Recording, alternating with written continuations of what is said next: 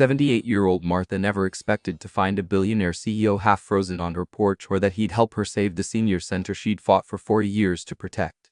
Martha adjusted her bifocals as snow tapped against the window of her craftsman bungalow. At 78, Chicago winters bit deeper than they used to. She'd just settled into her floral armchair with tea when the doorbell rang 3 hesitant chimes. Through the frosted glass, she saw a shadow slumped against her porch railing. "Lord have mercy," she whispered, wrestling the stubborn deadbolt open. A man in a torn Burberry coat lay shivering, his designer loafers crusted with ice. His face was bruised, one eye swollen shut. "Mommy roped." Breath reeking of bourbon. "They took everything." Martha knelt with creaking knees, recognizing him from the business magazines her late husband used to read.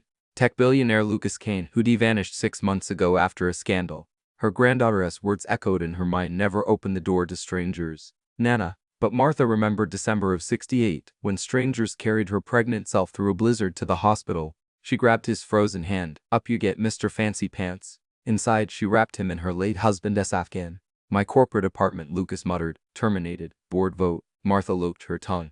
"Men your age should know better than to wander in this weather." She pressed a mug of chamomile into his trembling hands, noticing the platinum offlinks engraved now tarnished. When her nosy neighbor Edna called the next morning about suspicious activity, Martha lied smoothly, "Just my nephew visiting." But as she watched Lucas stare blankly at her wall of family photos, Martha sensed this broken man who'd once been featured on Wired magazine's cover needed more than hot tea. He needed purpose. Outside, a black SUV idled down the street. The attic stairs groaned under Martha's weight as she carried up clean linens. Lucas had been sleeping on her couch for 3 days, barely speaking until she discovered him rummaging through her late husband's filing cabinet. "Looking for something?" she asked sharply. Lucas held up a yellowed newspaper clipping from 1982 local teacher block's high-rise development.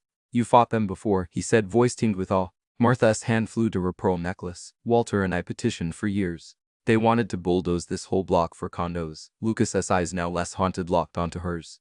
"They redoing it again. My former company, Next Gen Holdings, bought the senior center property."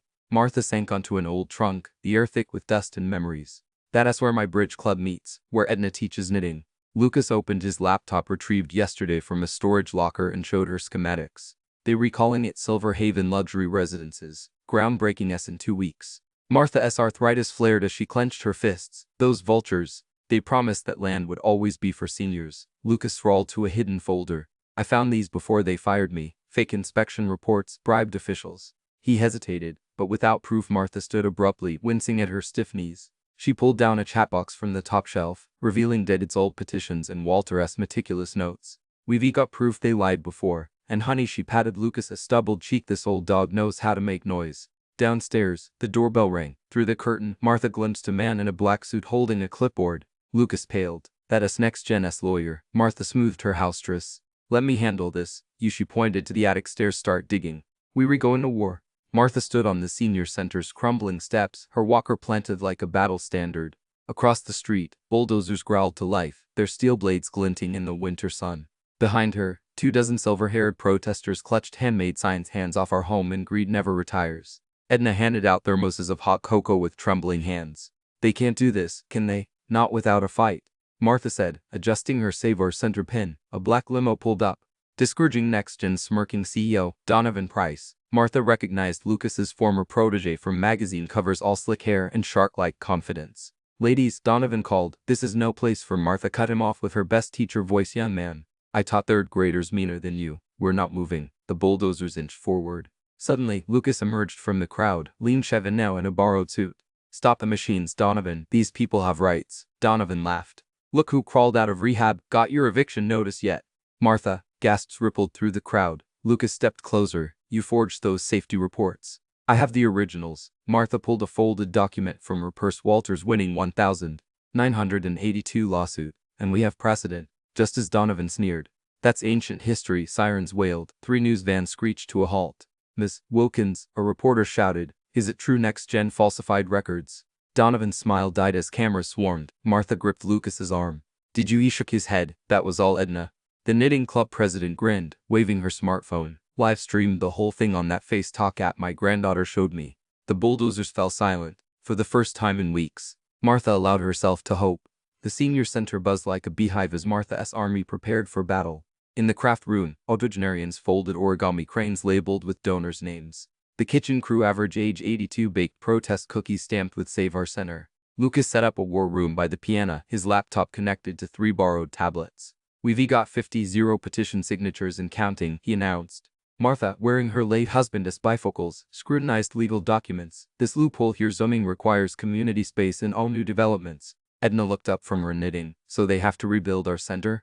"Better," Lucas said. "They have to fund it." The next morning, Martha led her troops to City Hall, walkers decked with flowers and American flags. As they occupied the council chambers, Lucas presented evidence to reporters, doctored emails, bribed inspectors, even recordings of Donovan mocking seniors. "This isn't just about a building," Martha told the cameras, voice steady despite her pounding heart. "It's about whether communities matter more than condo profits." That night, protesters kept vigil outside the threatened center. Martha shared blankets with shivering neighbors until her phone rang. "Miss Wilkins," a nervous voice said, "I am NextGen's former CFO. I have documents showing Donovan stole from shareholders too." Lucas whooped when she relayed the news. This could bankrupt them. But Martha noticed his shadowed eyes. "What is wrong?" He stared at the protest signs. "I used to be Donovan." She squeezed his hand. "And now you read baking cookies with grandmas."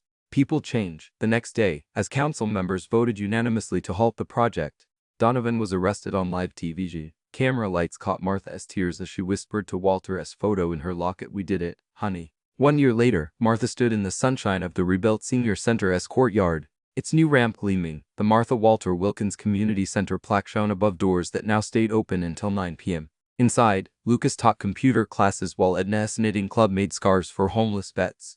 The smell of fresh paint mixed with Edna's famous cinnamon rolls. Nana, her granddaughter Chloe, rushed over, a college acceptance letter in hand.